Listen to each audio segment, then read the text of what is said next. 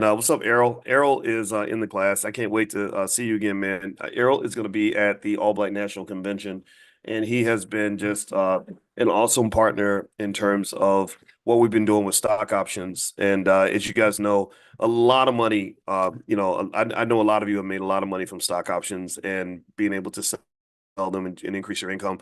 And I'm excited about that. That makes me happy because I want to solve practical problems. Not just stuff in theory, but something that's actually helping put more money in our pockets. When we went to Egypt, we took our group trip to Egypt, and I was really happy when there was a couple there that said they used stock option money to make that trip. And again, I don't believe in the gambling side of things. I'm not into that. This is more of a conservative strategy, but it works. And so if you want to take a look at that, if you've been thinking about it, kind of sitting on the sideline, sort of watching, feel free to drop in at drboyceprime.com. I guarantee you're going to love it. And if you don't, we give you your money back. So, not everything's going to be for everybody, but this is definitely something that works for a lot of people. And actually, tomorrow it's going to be an options day for me. I sell my options on Monday, and I get my income, and then I pay my credit card bills and everything else, and then I reinvest the rest. When you get extra money, in my opinion, I think it's really interesting how we kind of view money. It's like when you're not an investor, you view extra money as a chance for you to spend more money. But when you become an investor, extra money is an opportunity to grow and increase your income, right? It's a chance to, have more money in your pocket. And so I would encourage you to kind of think of it that way, as opposed to thinking of extra money as something where it's like, oh, I've got this extra money, I should go spend it. I don't think investors think that way. I think they see money and debt as two opportunities to increase income, money and debt. If someone was to offer you a lot of debt and you had a good investment project, and you asked me like, well, Dr. Woods, what do you think I should do? I would say I'd absolutely positively take that debt. Like if somebody offered me, a $50 million loan to expand the Black Business School, I would take it in a second and wouldn't think twice about it. And that's because I know for a fact that if you invest resources properly, you can make investments that would literally allow you to set your family up for the next 10 generations. Like literally, I would say, okay, let's go acquire some real estate. Let's go get some stocks. We buy all these stocks. We'll be making an extra, $200,000 a week in income because we can sell options on these stocks and they're going to grow. And here are the industries we want to be invested in. And then you're really in the game. You're really moving. And so I would encourage you to really think about investing in a way where you realize what money is. Money is not something that's supposed to be spent. That's crazy. Money is a tool. Money is something that is supposed to make your life better. You make the lives of other people better. Money is power. Money is defense. Defense. There's a lot of exploitation that happens in our society where basically wealthy people pretty much exploit the poor. I was explaining that yesterday to somebody because we had our families. My parents were celebrating their 50th wedding anniversary yesterday, so we had a big party at the house, and everybody was at the house. And I was talking to somebody. I forgot who it was. Somebody in my family. I think it might have been our cousin who's an electrician, or maybe we were all just talking together. And yeah, that's right. I was talking to one cousin who's an electrician, and then a friend of the family who was an auto mechanic. Smart guys. They had a lot of skill. I wish I could do what they do, right? I wish I knew how to do the electrical stuff until he told me how easy it is to die. He was like talking about how few volts have to go through your body for you to die. And I was like, I'm so happy that that's your job and not mine. And then the other one, the auto mechanic, I was like, man, our car broke down the other day. And I wish I knew how to fix stuff like that. And so anyway, we were talking about that, and I was explaining how money is really used as a tool of oppression in so many spaces. There's so many people that are manipulating human beings with their money. They're manipulating politics with their money. I saw something the other day where Elon Musk, they were talking about how much money he gives to like these super PACs. And literally, this man has an endless supply of money, so it's nothing for him to write a $10 million check for this or a $20 million check for that. And he's really using that to engage in his own personal campaign to reshape America. He wants America to be different. He wants it remade in his image.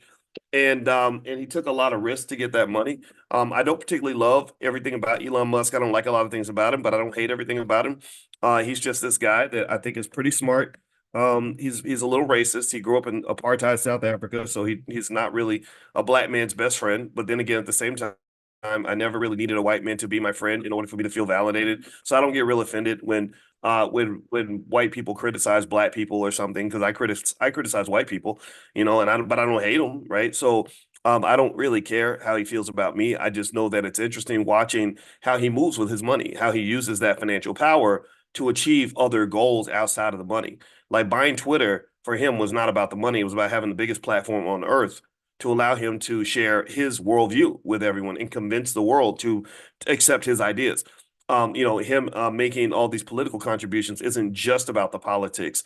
It's also about the ways he can make money by being in the government, right? Getting those massive government contracts, things like that.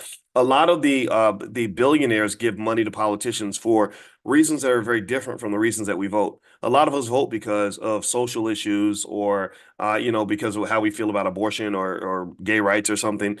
Uh, Billionaires give their money because they want that money back. They give their money because it's an investment. It's not a donation. It's literally I scratch your back, you scratch mine. I give money to your campaign. Once you get elected, you turn around and you give me that government contract, and that's taxpayer money that's being used to fuel SpaceX. Taxpayer money that if Trump wins, taxpayer money will go to fuel Tesla so they can compete with China because China is using. Chinese EV companies are killing Elon Musk companies because basically they're getting government money, government contracts to subsidize their costs. So their costs are lower, which allows them to sell EVs at a ridiculously low cost. So this is the kind of war that's sort of happening behind the scenes. And I was talking to, yeah, that's right, because I had the electrician cousin. He asked me flat out, who are you going to vote for? And I was like, man, I don't even think that's important. I don't care about, I don't, I'm like Deion Sanders when he said, I don't get into politics, I get into people. And I said, everyone has a right to vote for whoever they want. I said, but here's the way I see the game being played, and money is a big part of that game, right? And so anyway, so that was one thought that I had today that I wanted to share. In case you guys don't know, in Money in the Morning, that's what we do. It's just financial consciousness. I tell you what's on my mind. We talk about economics so that we can engage in what we refer to in the Black Business School as conversational learning. Conversational learning means we just talk the same way my daddy used to teach me. That's how I teach you guys. I just talk to you guys about things that I see so you can be aware and conscious of where the money's at. A lot of people don't have any money because they don't even know where the money's at. If it's like football, if I'm trying to get the ball and I don't know, I'm the defensive back or something, I'm trying to get the ball and I don't even know where the ball is, am I going to catch the ball? Okay, give me a yes or no. Am I gonna if I don't know where the ball is, am I gonna get the ball? Yeah, give me a yes or no. Let's be clear so we can understand what I'm, simplistic in a simplistic framework, what that means, right? So if you want the ball, if you want the dollars, you got to know where the dollars are. You got to know how the money flows. You got to know how it impacts your society, how it impacts your life, right? And so that's my belief. And I think Dion actually lost. They lost yesterday, right? Or did they win? No, they won. They won, right? They won again. Is that right? Tell me if they won. They won, right? I can't. I think that Colorado won. Good for them. They won. Yeah, tell me if they won that, or am I making this up in my head? They played Arizona. Did they win? Give me a yes or no. Does anybody know? They won. Okay, thank you, Josh. Yes, they did win. Yeah, so it looks like they're having a good season. They look really good yesterday, actually. Better than before. Yeah, I'm not gonna lie. But anyway, all right, here's one thing that I wanted to address also. First off, I want to remind everybody, uh, if get on the text list, I'm going to send you guys. I was studying investments for the future. Now, there's this company I invested in that a lot of us invested in because I mentioned it to you guys called Okla. Does anybody know about this company? Okay, or Oklo or Okla. I think it's Oklo. OKLO. Has anybody heard of this company? Give me a yes if you've heard of this company. Because I did mention this company. I put it on. Aisha, yeah, I know Aisha knows. I put it in what Dr. Boyce is buying. And this company, Okla, I'm going to show you guys this company and what this stock has done. It's so here's why I bought the stock. I bought the stock because Sam Altman, who runs OpenAI, uh, owns a big chunk of this company. And sometimes you can make good investments by kind of seeing what the insiders are doing, right? They have what is referred to in finance as inside information. And Altman is kind of the leading guy on AI. Whether that's a good thing or a bad thing, it's yet to be determined. He has a lot of people love him, a lot of people hate him. It's hard to know if he's evil or good. But here's the deal: he invested in Okla, and I invested in Oklo, OKLO. I'm sorry. And if you see here, the stock's done really well, went up 44% in the last 6 months, right? So it's gone up quite a bit. You see here, it's had a major spike recently. Last 5 days, it's gone up about 100% in the last 5 days. And I was really happy. I bought some shares of the stock. This was something that I placed in our the Black Stock Market program under What Dr. Boyce is Buying. And we specifically talked about this. I was explaining to you guys that literally there is a massive, massive, massive amount of investment that is going to occur when it comes to nuclear energy. Nuclear energy is really a big conversation topic because these data centers for AI are just very expensive and they're draining so much energy from the grid that these companies are literally talking about buying their own nuclear reactors. I think Microsoft made a deal to open up 3 Mile Island, which has been closed, I think, since they had their meltdown in the 70s. And also, there is another emerging technology involving something SMRs, small, I think there's small modular reactors, basically like tiny little nuclear power plants or something. I don't even know all the science. All I know is that that's where the money's flowing, that there's going to be a shortage of energy, that nuclear power is the solution, and that investing in this space now, I think, could be extremely beneficial. Dollar cost averaging in, consistently putting your money in there can really go a long way. And so what I did was I made a list of different stocks I'm going to buy personally in this area. I will text that list to you guys. Make sure you're on the text list. If you're not on the text list, here's how you get on. Text the word morning, MORNING, to the number 87948. You text morning to 87948. I'll send you the list. And then also, you'll get a reminder when we have class in the morning if you want to join us in the private Zoom. I really think this is an industry that should not be ignored. I think this is something that's actually going to be transformative. I think that this is also interesting because as this stuff happens in the Middle East, the biggest risk factor in the stock market right now is pretty much geopolitical conflict. And that's basically the stuff going on with Israel and Iran. If that escalates, then the price of energy should go up, which should also affect, a lot of these outcomes. Now, someone says they stop receiving texts for some reason. I don't know why you would stop receiving texts if you don't open them for a while, what happens is we stop texting you because I don't want to bother anybody that doesn't want to come in, right? So I only want to talk to people that are into this. If you're not serious and into this type of stuff, then I don't want to be the guy getting on your nerves. So what we do is literally, if you haven't opened a message in a while, we just it automatically stops sending you messages because I just want to, connect with people that actually really want to do this, yeah. So now if you haven't gotten text for travel, that's because I haven't sent anything out for travel. But speaking of travel, we are going to have a trip next year, a B1 trip to Africa next year. I believe we're going to go to Ghana. I think Ghana is what the team selected. And but also between now and then, there is a New Year's trip to Ghana that they're taking. And I'll text you guys the link to that if you guys would like to go to Ghana for New Year's. I'm not going to Ghana for New Year's. I'm going to go next year. But still, there is a New Year's trip, like kind of like a big party in Ghana. So you can join that if you want to. I'll send you guys the link for that. If you want to be on the text list for travel, just text the word travel to 87948. Text travel to 87948. I haven't sent you guys anything for a while on that list, but I'll send you some stuff in the next week or so. All right. Do you need to be vaxxed to go? Asked Josh. I don't know. I think you have to. I remember getting some shots when I went. I think I got well, but I definitely remember getting shots to go to Nigeria. I think I got some to go to Ghana. I got to look into that though. I can't remember. It's all a big blur. But anyway, so and also if you're not sure how to invest and you're trying to get started with all that, if you go to blackmoney101.com, that's literally the first class that we introduce students to in the Black Business School. That's great. It's yours for life. You can share it with your family. So feel free to go to blackmoney101.com if you want to get sort of introduced to different aspects of money, how to invest and all that stuff. It's definitely worth your while. Now, one thing I wanted to also mention that was on my brain today was I was on Instagram, and I'm gonna tell you, Instagram is a treasure trove of just perspectives in terms of what's happening in our community and the things that are impacting us as a people. And I told you, as I mentioned in my book, The 10 Commandments of Black Economic Power, I believe culture is everything when it comes to your economics because culture tells you what's important, right? Culture doesn't give you the what and the how, it gives you the why.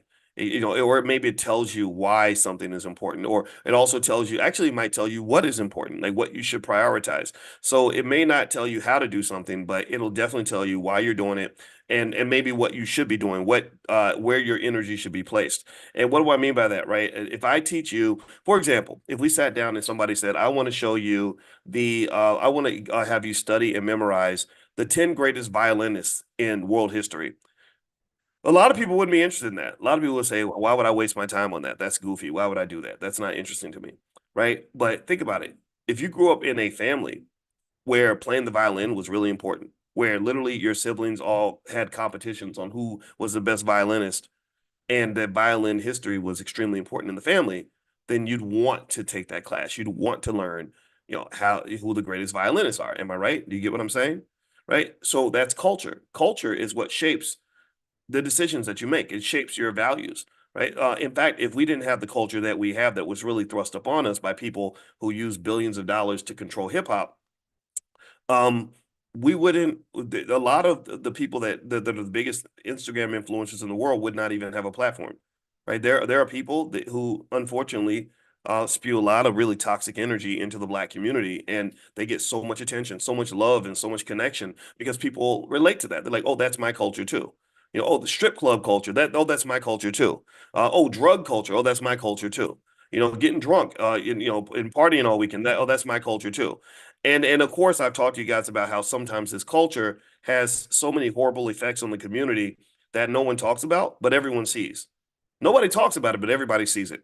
Like, for example, my wife got a message one morning from Cardi B. One morning, Cardi B sent her an Instagram, and she said, "Good morning. You'll be hearing from my lawyers." Now, why would my wife, just little Dr. Alicia, get a message from Cardi B threatening a lawsuit? Well, let me tell you why that happened. Well, my wife is a not just a professor of social work and a therapist, she's also very well trained in identifying something that is an epidemic in the Black community that nobody talks about, called fetal alcohol syndrome. Fetal alcohol syndrome literally destroys the brain of your child. Literally, fetal alcohol syndrome jacks up your kids so bad that they have a really hard time navigating through life. Their all their neural networks, nervous system, everything's messed up. And what happens is that therapists and social workers, most of them, many of them, at least those who are trained at the level my wife is a social worker. She trains social workers, she trains therapists. She's into that stuff. She reads stuff, she reads literature about this every single day. And what happens is that a lot of good social workers are trained to literally look at a child. They look at their face, their shape of their face, the width of their eyes from their nose, their behavior, etc. And they can say, "Oh, I think this kid has fetal alcohol syndrome." Now, here's what's scary about fetal alcohol syndrome. This is the sneaky way that if you want to link this to wealth, it's directly linked to wealth, right? Because remember I told you that your children are your greatest asset. So you're losing trillions of dollars because of this, right? Because nobody talks about it. Because everybody wants to talk about the party, but nobody talks about the after party or the after effects of the after party, right? So so everybody was excited about a Diddy party, but nobody really talked about a Diddy party in terms of what was really happening at a Diddy party. So to some extent, our whole community, that segment of it, the toxic hip hop segment of the Black community, has become one big ass Diddy party. And why do I say it's a big ass Diddy party? Well, because it looks flashy on the outside, but it's nasty as hell and horrible on the inside.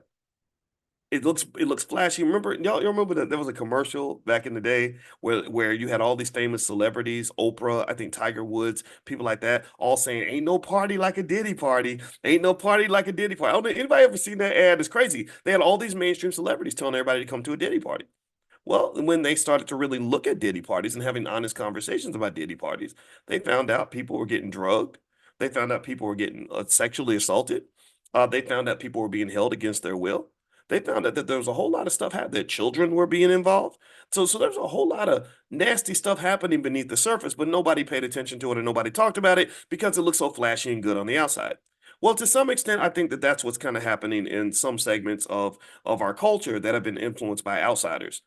They pour billions of dollars into somehow making us feel very comfortable with things that we should not be comfortable with, things that have direct consequences. So here's one aspect of the big Black Diddy party that's been going on in our community for the last 30 years that you should probably know about.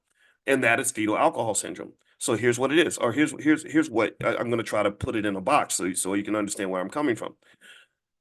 Basically, fetal alcohol syndrome can destroy your child's brain even if the pregnant mother drinks a little bit during her pregnancy. It's almost like fentanyl. You know how fentanyl, they show you like a little tiny drop of fentanyl can kill you? Well, from what I've gathered, from talking to my wife, and at some point, and I'm sure there's stuff out there when my wife is talking about fetal, because whatever she said really pissed Cardi B off, because that's why Cardi was like, "I'm gonna sue you," right? Because my wife actually, someone put up a picture of Cardi B, and my wife was like, "Yeah, I think I see some symptoms of what could be fetal alcohol syndrome, especially when you look at the behavior and just kind of going off on Instagram and telling her whole family's business to 100 million people, and then looking at the look of the face, and her and her sister being named. I think her sister's named after liquor or something. I forgot, or I don't remember. It's something. I think her sister might be Hennessy or something, right? So that increases the probability that maybe Mama was drinking a little bit, right? Maybe during the pregnancy. Again, not for sure, but you name your kids after liquor. I assume that means you've tried it. And here's what's interesting: what my wife said that's really fascinating is she said that a lot of women, when you're promoting this party girl culture, or they call it city girl culture, again, the Diddy party, it looks very flashy, but the consequences are massive. I don't. Has anybody ever seen? Does anybody know? I'm gonna have a for real conversation with y'all. Some of y'all may be out of the age range to understand this, but I'm about to explain to you real quick because I pay real close attention to the culture. Has anybody seen Christian Rock? Does anybody know who Chris? Give me a yes or no if you know who Christian Rock and Blueface are. Christian Rock and Blueface um, basically are kind of like the modern day version of Bobby and Whitney, right? They're this couple that is like really literally a train wreck in action. And but everyone loves it because everybody loves to see unhealthy black people who, with mental health challenges kind of act out in public. That's very entertaining. White people will pay billions of dollars to see this. So then what happens is these individuals end up becoming celebrities, and they think that they're doing great because they're famous, right? They think they're doing great because they have money. But just like R. Kelly thought he was doing great because he was famous and had money, just like Diddy thought he was doing great because he was famous and had money. Well, here's what I'm going to say that's interesting. So, Krishan and Blueface, I feel very sad for them. I think they were both in jail at the same time, and they had this newborn baby. And the baby, if you look at the baby's face, you see some things that you really don't want to see in the face of a baby. I'm going to say it like that because I'm not here to be mean about somebody's baby. That's not my job. That's not what I'm trying to do.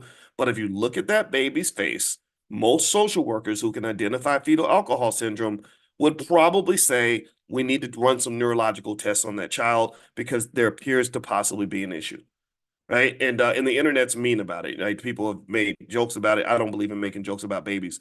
Um, and here's the thing. To me, it's very logical. If you go back and you look at the lifestyle that Krishan and Blueface live, lots of alcohol, lots of drugs, smoking and drinking while you're pregnant, all these things, right? These conversations have come up. And this to me, I bring this up not because I'm in any way taking any sort of pleasure in this, but I bring it up because this is happening with millions and millions of people around the country. Millions of people. So you have millions of black children being born with severe, significant neurological issues, right? So a lot of times we'll look at that kid and we'll say, why don't he get it together? Why won't he act right? Well, sometimes you inherit things from your family that are not good. Like sometimes you inherit money or status, but sometimes you inherit other issues as well. Sometimes you inherit something that would be defined as a generational curse. Sometimes you inherit an addiction. Sometimes you inherit some neurological problems because of bad choices your parents made. I was listening to an interview today, this morning. This happened to run across it, of a lady who became a prostitute. And she talked about how her mother had six kids and they took four or five of them away. And she got raised in a healthier environment, but then she reconnected with her mother. And next thing you know, she had a drug addiction. And then with the drug addiction, she ends up selling her body. And it's kind of sad because it's like, oh yeah, well, that's stereotypically what you might expect when you grow up in this crazy dysfunctionality, right? So the thing about it is I bring this up partly because if you really want to talk about things that are going to cause a lot of black wealth to go down, it's really a lot of the social issues like this. It's really the not so much that the dysfunction exists, it's that we celebrate the dysfunction. Again, it's the world is a big Diddy party. So rather than somebody stepping in with a Krishan Rock and the baby and everything else and saying, "Hey, we got to stop this madness. We need y'all to get help. We need health. We need everything to be healthy here." Money, what money does, having lots of money does, is it makes you think everything's okay. See, money is the great liberator if you want it to be, but money can also be the great deceiver. Money can be the devil. Did he use money to trap every one of his victims, assuming that let's assume he did some of these things. I wouldn't be surprised if he did. Money was a wonderful tool for him to pull people in because money is a drug. Money will lull you to sleep. Money will make you think that everything's okay when clearly every other indicator tells you that it's not. The universe is screaming to you, don't do this. What are you doing? Why are you here? This is not for you. And you will run toward it because you see money attached to it and think, oh, it must be okay because the white man put a couple dollars in my pocket in order to do this.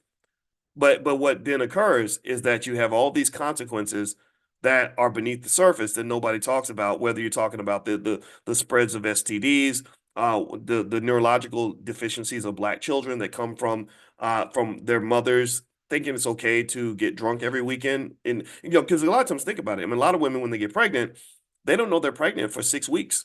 It takes several weeks for a pregnant woman to know she's pregnant sometimes. So if you've been drinking until you vomit every single week for that entire 6 weeks, then that baby's already fried. And I don't want to make anybody feel bad, but really, though, I encourage you to go study fetal alcohol syndrome. It's serious. And it's a horrible epidemic that nobody talks about. And I really think that it's really dangerous because I've never seen so many hooker rappers in my life. I've never seen the stripper culture glorified the way it's glorified now. I've never seen that. I never thought we'd live in a world where somebody would consider a black woman who sells her body for money to be a successful person. I don't when I grew up that was kind of seen as a failure, right? It didn't, that was a miss. That wasn't considered to be a hit. And I that a little bit. Now, white people do these things too. We know white women act a damn fool, just like some of the black women do, for sure. No question about that. But first, I'm gonna mention this. Number one, I ain't here talking about white people. I'm not. They can take care of their families. I'm taking care of ours. I'm talking about our people. That's the first thing. Because I don't like the whole like, well, what about white people thing? Why would you compare yourself to white people? White people's culture is going to hell in a handbasket. America is going to suffer because of bad decisions, mostly made by white men. So why would you put white people on a pedestal as some sort of standard of excellence anyway? Stop that. It's not going to work, right? Um, the second thing about that too is that when I look at hip hop in particular, what's interesting to me is that I don't see I can't think of a single white female who's as famous as Cardi B, who's as famous as Megan Thee Stallion, who's as famous as Lotto, who's as famous as Glorilla, who has to sort of strip her way and sexualize her way to success.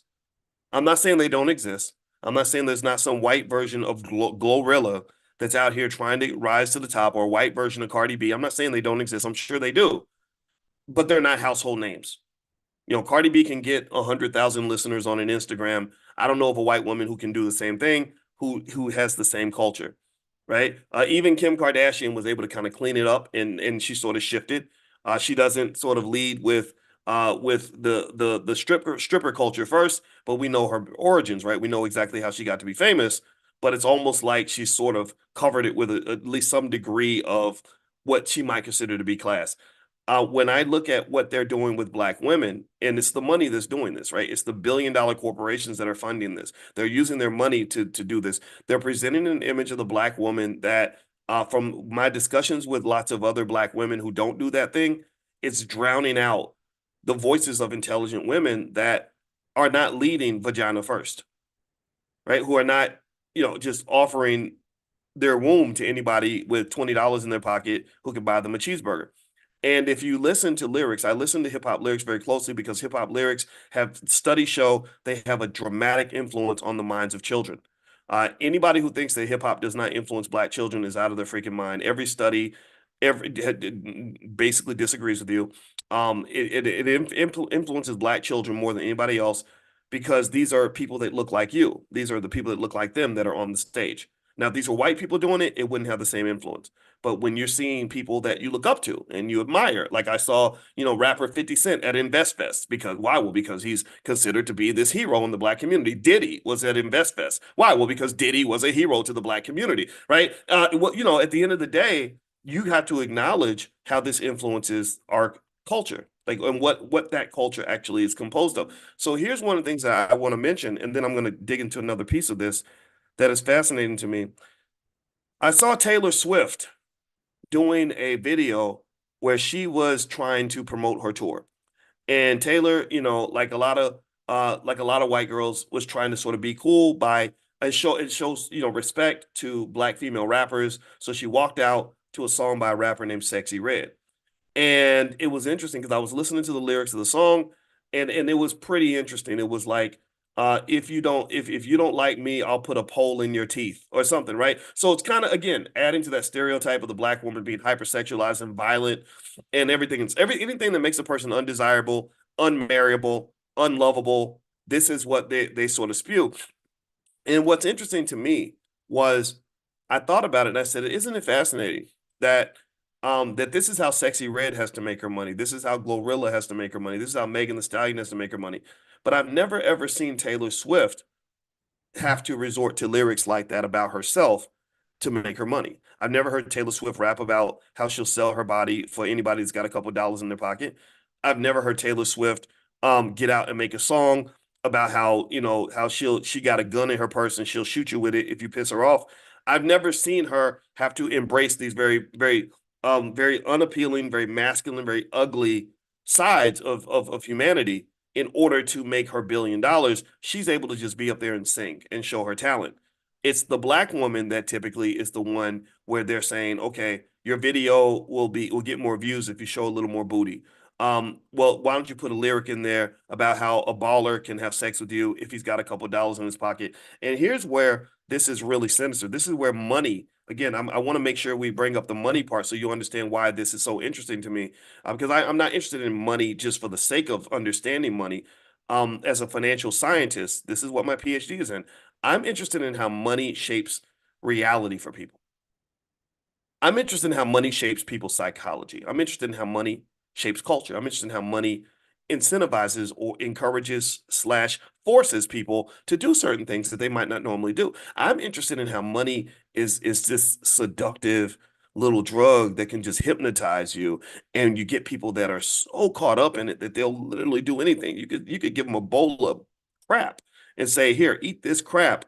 And there are people who would eat it if you gave them enough money to do it. And that is really fascinating. That's a function of maybe perhaps greed, misdirection, or perhaps financial desperation, which is one of the reasons why it's so important to make sure your kids are not in a position of financial desperation, because money will steal your soul. Money will take away if you get to the more sinister, darker side of it, the let's say the Diddy-ish side of it, money will have you out here acting like a damn monkey. It'll have you out here doing stuff that you swore you'd never do in a million years. So here's the other piece of this that's really interesting is, and I tweeted about this today. I put, if you want to ever follow my thoughts, you feel free to follow me on Twitter. My Twitter is Dr. Boyce Watkins 1, and my Instagram is Dr. Boyce Finance. You have to literally type in Dr. Boyce Finance. I think I'm shadow banned. So you're not gonna find it by typing in Boyce Watkins. You'll find fake pages.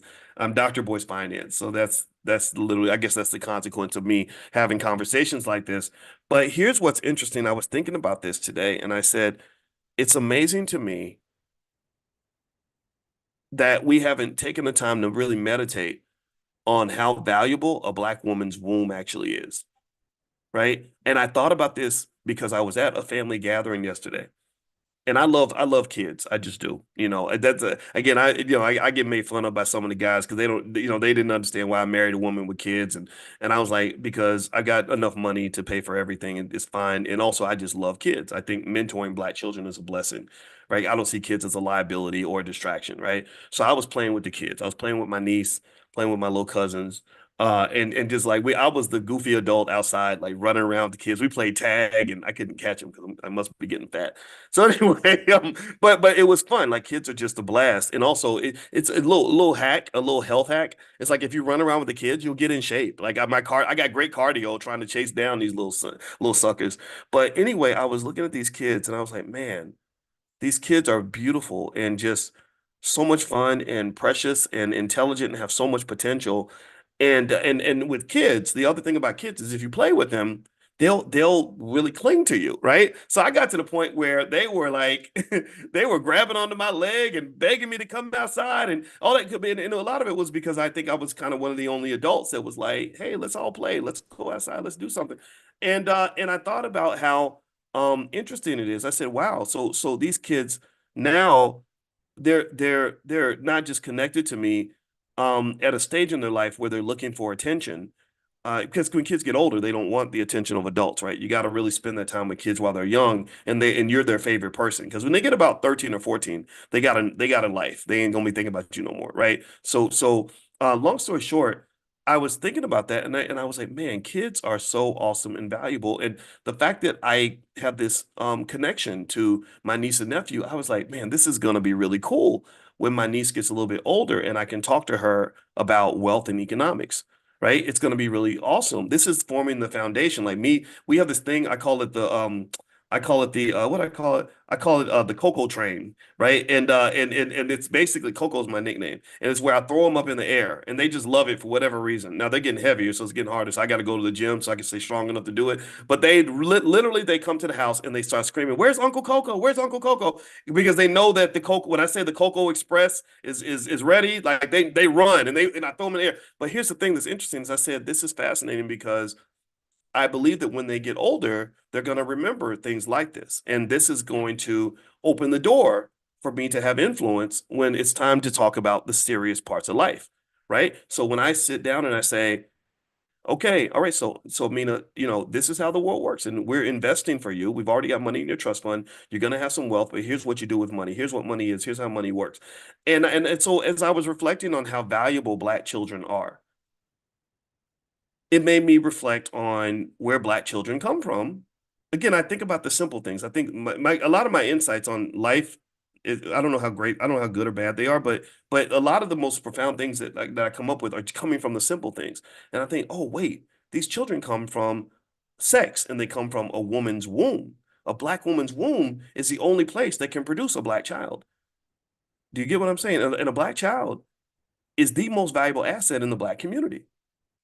Do you understand? So if the Black child is the most valuable asset in the Black community, and the Black woman is the only human on earth that can produce a Black child, then the Black woman's womb is an asset of infinite value. Literally. I mean, really, the Black woman's womb is the goose that lays the golden eggs.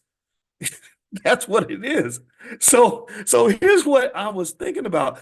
As I said, isn't it interesting that given that we should understand that the Black woman's womb is one of the most precious, most valuable spaces on the planet, how in the hell is it that we got these rappers being financed by these billion-dollar corporations that are telling little Black girls that they should give their vagina away to any man that takes them to the Cheesecake Factory? Do you understand what I'm saying? I don't understand. How in the world? I mean, the Black woman's womb produces people. It produces human beings. But somebody trained us to believe that literally if a man has a couple of dollars in his pocket, he should have access to that very extraordinary, very important space. That is backward as hell. That is, in my view, that's literal insanity. That you have a whole culture around this. They call it the city girl culture. You got rappers rapping this. I mean, I listen to the lyrics. Don't forget, I've been a millionaire for a long time, and I'm fascinated by the idea that if I give you $500 toward the rent, you'll give me access to your freaking body. Are you kidding me? I get all of that, and all I had to do was pay half of your car note. Do you understand how valuable you are? Who told you that you were that worthless? I mean, who can, and the fact that they're promoting this to little girls and little girls are reciting these lyrics in kindergarten, you have a problem in your community. This is an epidemic. This is a code red emergency. This is a national global emergency. I just really think that we need a whole hard reset. Like, you know how you take when your computer's acting up and you just hit a button and you hold it down to do a factory reset on your shit? You need to do a factory reset on your whole reality if you think any of this makes sense. Because they got us twisting our heads on backward. And this is an honest thought that I was forming it this morning. So if it doesn't come out as smoothly as I needed to, I apologize because I was thinking about this. I was really like, man, isn't that interesting? That if I show up, because y'all got to understand, I mean, I pay, I have paid millions of dollars to in invoices and made investments and all kinds of stuff. And I'm like, so if I have money, you really are telling me that if I like give you a couple $100, you would give me access to your womb? Like I could make children inside your body because because I bought you some Scooby snacks. Like I really think that you're better than that. And I think that as men, I think also we should understand the logic behind what I'm saying here. I just don't get it. I don't get it. Um, I'm not gonna over talk it. I'm not gonna keep talking about this because I'm still processing this. I'm analyzing the culture. And I was looking at some of the videos and I would hear them like this. It's the same song. It's like if you a baller in the club, then you can get this, but if you ain't got no money, you can't have this. So I'm like, okay, so if I got some money, then you're gonna just you ignore the diseases you could catch, you ignore the unwanted pregnancy, you ignore the fact that this man could beat you and rape you. You're just happy to sleep with him because you think he's a good man because he has a little bit of money. And I hate to tell you this, but that is incredibly flawed thinking. And that will put you in a lot of really terrible situations. And I think that it's important that we have enough energy to override that toxic message. I don't think that toxic message is ever going to go away. I don't have as much money as the music industry. The record labels are always going to share a message that will lead you to destroy your children and destroy your future. And then, of course, they'll just tell you as long as you vote for the Democrats or do what they tell you, then it's going to be fixed, and it never is. And so, what I'm really looking for are those who get at least a piece of what I'm saying and will apply some of what I'm saying. I'm not telling you have to agree with me. I'm just telling you that if you go listen to some of the lyrics, I listen to hip hop lyrics very closely. I analyze them. And the idea, and if you understand how the subconscious mind works, my wife is an expert on the subconscious mind. She reads about the subconscious mind every day. You would just know how they are literally cooking our brains. They've cooked the brainwashing is super, super deep. You're much more valuable than that. And I hope that you understand that. So that's my thought for today. I don't have much else to add to that. I just kind of think it's interesting. And all this came to me because I was playing with the kids. And I was like, man, kids are great. Gosh, maybe I should have had some more kids. Kids are so much fun. I love my kids at home and all that, and they're a blast. But I really think honestly, if I was to do my life all over again, I would have probably had like 10 kids because I didn't realize that raising kids and coaching kids and talking to kids was so much a part of my spirit. I didn't realize that till probably I was in my 40s because when I was in my 20s, it's all about career and job. And they train us that. We'll put, I mentioned we'll put more energy into preparing for a white man's job than we'll put into raising a black woman's kids. And I personally think that that is crazy as hell. I think it's backward. I think that we are trained to be servants. And you have that, right? If you remember coming to America, you had the lady who was trained her whole life to serve the prince. Or if you imagine a lot of other cultures where where you can be trained to be a slave. You can be like a geisha girl in Japan. They were just raised to serve men, and that's it, and not serve themselves. So there is a lot of reverse programming that has to occur, and it's up to you to decide which part of that you want to tweak. But I encourage you to consider some of it, and don't let people tell you that you're crazy. You stand on that. If you whatever you are, whatever you believe, that's your belief. That's who you are. Those are the value systems that work for you, and don't let nobody talk you out of that. I don't let people that are addicted to sucker culture influence me at all. I listen to them, I respect them, I hear their point of view, but then I say, well, how is that working out for you? How's this whole culture really working on? Do you want your daughter in whole culture? Even the hoes don't want their daughter in whole culture. There was a lady that hung out with Diddy named Young Miami. She was very close to Diddy. I have no idea how she survived whatever the hell was going on in that house. And she literally was doing an interview, and she said, "I'm a whore. I'm a complete whore," and like that was a badge of honor. And then the guy asked her a very simple question. He said, "So what about your little daughter? Do you want your daughter in that same culture? You want your daughter to be like you, or to be in city girl culture?" And I mean, you want to talk about the cognitive dissonance. You want to talk about, like, you could see it in her eyes where she's like, "No, no, she not gonna be no city girl. She not gonna be no city girl." And he's like, "Well, why not?" Like, he's like, "You're glorifying this. Like, this is what you're marketing this. Why would you not want your child to consume a product that you are creating unless the product has poison in it?" And this is the dilemma that a lot of rappers run into when they sold their souls to the people that run these record labels. If you look at many of the artists and you look at what they do with their kids, they don't want their kids in that culture. They don't. The rapper T.I. spent many years, one of my favorite, he's a great rapper, very talented, spent a lot of years rapping about the exploitation and the disrespect of women. He's one of those guys, unfortunately, that is probably going to get hit with a bunch of these lawsuits because I've heard stories. I know people that know T.I. I know people that have been in spaces with the stripper culture, and if you ain't getting naked, then get the hell out. That type of stuff, right? This is the type of stuff they falsely led these black male rappers to believe they could get away with, and now they're going to all get sued for this stuff.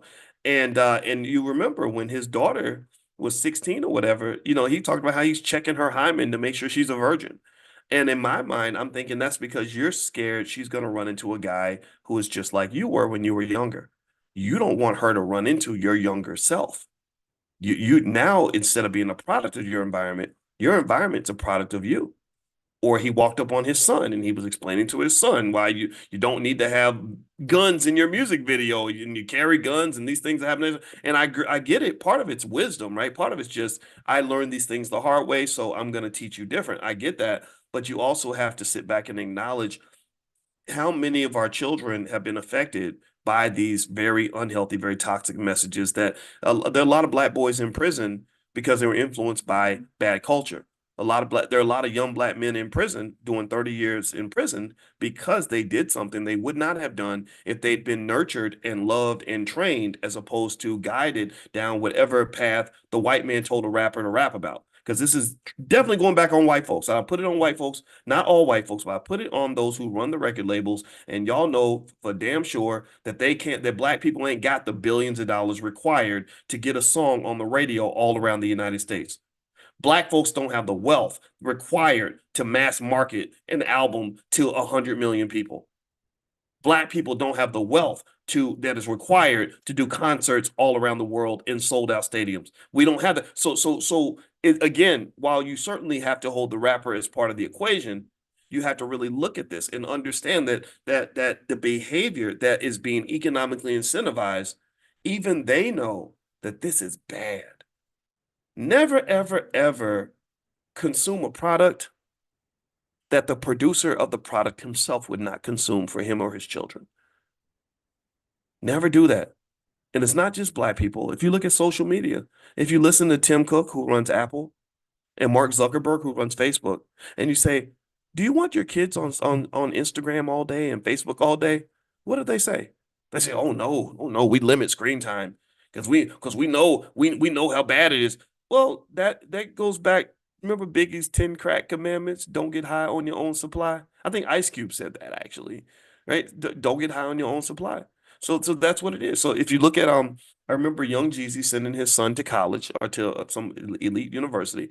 I remember the stuff with T.I., and then there was Young Miami saying she doesn't want her daughter to be in city girl culture. I remember Cardi B turning her music down really quickly when her little daughter walked in the room, right? And I'd have no problem with people trying to become better parents, but what I'm seeing is a complete cognitive dissonance in terms of them knowing that what they're pushing is not healthy, but they push it anyway. And the reason they push it is not because they inherently know it's the right thing to do. They push it because somebody's giving them money. Well, why would they push something toxic if people are giving them money? Well, because we're taught to believe that money is the answer to everything. We're taught to believe that if somebody's paying you to do something, that inherently makes that task beneficial and valuable for others. This is one of the biggest flaws of capitalism. This is the reason why 40% of all Americans are going to die from cancer because corporations are selling unhealthy food. Well, why would they sell unhealthy food? Because it tastes good and it's profitable. This is also the reason why you have, so many problems in families because we're kind of taught that, the family's not important. Just everybody go to work and spend all your time at work. I talked to a mom the other day about this, and she was actually a teenage mother, and she's now married, and she's got two kids. And she was talking about trying to take care of the kids and take care of her parents and how bad the public schools were. And one thing that she talked about is that it's really hard to deal with all that because the corporations want you to work so much. They want you to work constantly all the time. And a lot of this is because as a nation, we don't value family.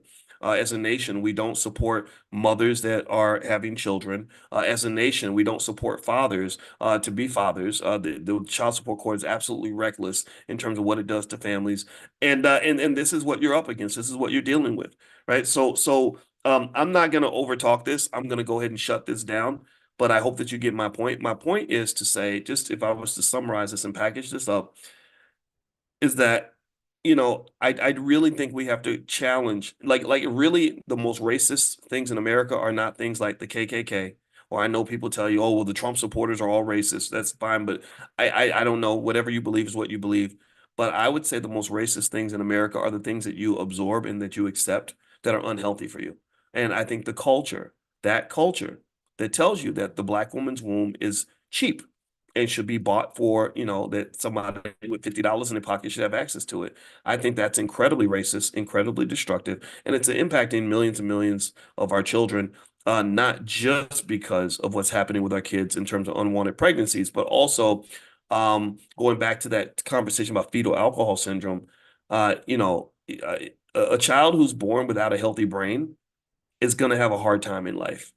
And so when you see a lot of crazy behavior amongst our kids, a lot of that is fetal alcohol syndrome. So I encourage you to go research it. In fact, actually, let me read some of that to you in terms of some of the symptoms and of fetal alcohol syndrome and causes. First off, if the symptoms are things like distinct facial features, like really tiny eyes, a really thin upper lip, smooth skin surface between the nose and the upper lip. So right here, I guess being really smooth.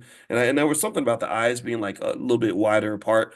Growth issues, like if you have slow growth before and after birth, cognitive problems, learning disabilities, trouble with memory, attention, and judgment. And you look at how many of our kids get diagnosed with ADHD, it's absolutely insane. The numbers are through the roof.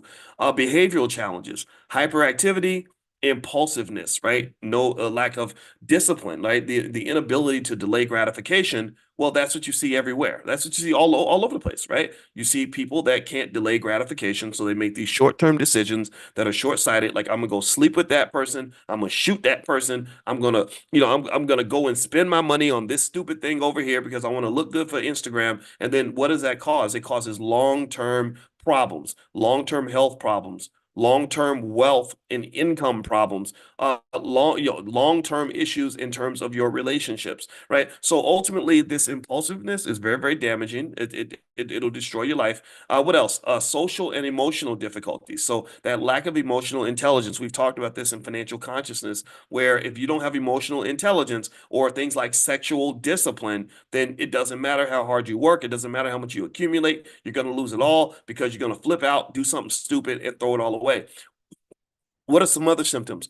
Coordination issues, poor balance and motor skills, vision and hearing difficulties, heart, kidney, or bone abnormalities. And I haven't even talked about what trauma does. So if you think about this, right? So process this for a minute.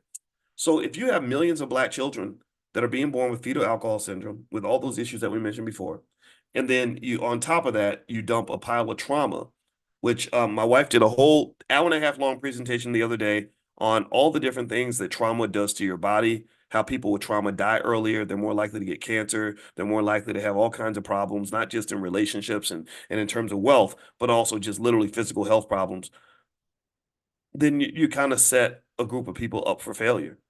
You really sort of it's like they're running in the 100-meter dash and they have one leg. And so so for those that understand what I'm saying, I encourage you to really process some of this, go research some of this, protect your children from these things, because there's a whole slew of things. There's a whole plan for black self-destruction that starts before you're born. I am absolutely convinced. At my mother's my father's 50th wedding anniversary yesterday. I literally thank my mother again for not aborting me. I said, thank you for giving me a chance to live because a lot of people would have told you that you shouldn't have this baby because you ain't got enough money. And I personally think that I'm more valuable than, whatever $1,000, $2,000 that would have been required for them to say that you are allowed to have this baby. I think that black children are a blessing, and I believe we got to protect our blessings if we want to be blessed. So anyway, guys, I'm gonna get out of here. I'll send you that list of energy stocks a little bit later. Make sure you're on the text list. You'll get the list later on this afternoon. And so get on the list. Text the word morning to 87948. Text morning to 87948. And we're gonna meet again tomorrow morning. We meet every single day at 10 a.m. Eastern. Also, the other thing I want to mention too is the All Black National Convention is this week. So it starts on Friday. It's going to be in Illinois, Chicago, Illinois, Lombard to be exact. Lombard's a suburb. It's a beautiful hotel. If you'd like to join us at the convention, you can go to allblacknationalconvention.com. I believe that all the President's Circle and VIP tickets have sold out completely. All we have now are general access, general admission tickets. I think the B1 ball sold out. That usually sells out pretty quickly. I got to check with the team, but there are a few tickets still available for general access. So if you'd like to come down with your family, come on down. Allblacknationalconvention.com. You can see all the speakers. We have dozens of speakers, dozens of breakouts, dozens of experts on all different kinds of topics. And really, this is just a convention for any black person that wants to be upwardly mobile, that wants to improve their life, improve your family, improve your health. We're just literally thinking about quality of life, right? We're literally at the convention trying to do the opposite of what we think politicians do. I don't think politicians think about the quality of black people's lives.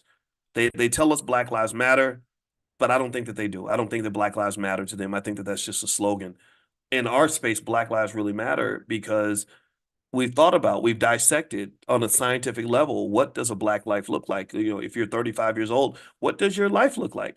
And how do we diagnose and specifically improve all those different areas, right? If you're a senior citizen, what does a black life look like? How do we fix that? If you're a child, what does a black life look like? If you're 25 years old, what does your black life look like? And how do we go in like an auto mechanic or a surgeon and find and diagnose the problems and fix them, give you remedies and solutions. So I've literally dissected a lot of your lives. I listen to you when you talk to me about your experience and what you're dealing with on a day-to-day basis. That's where the Prime program came from. Is I was like, oh, okay, a lot of black people struggle because they hate their jobs and they need extra money. So let's figure out if we can make stock options generate income, and that's where that came from. So really, this is where the conference comes from. I'm all about solutions and substance. I don't care about flashy stuff. I don't give a damn about celebrities. I don't care. I don't want to hear nothing about no damn politics. We can debate it, we can talk about it, but if you can't have a civilized conversation with me about politics and you want to get ghetto because you love Donald Trump or because you love Kamala Harris, I'm not the person for you to talk to because I don't believe any of this stuff makes a big difference in Black lives. So in our space, Black lives matter because we literally are trying to improve your Black life. And if you see an area where we can support you in another way, let us know. We got so many experts in our space that we can bring people in that can help us with those things, right? Because we can solve our problems. Democrats won't do it. Republicans won't do it. White people ain't going to do it. We got to do this.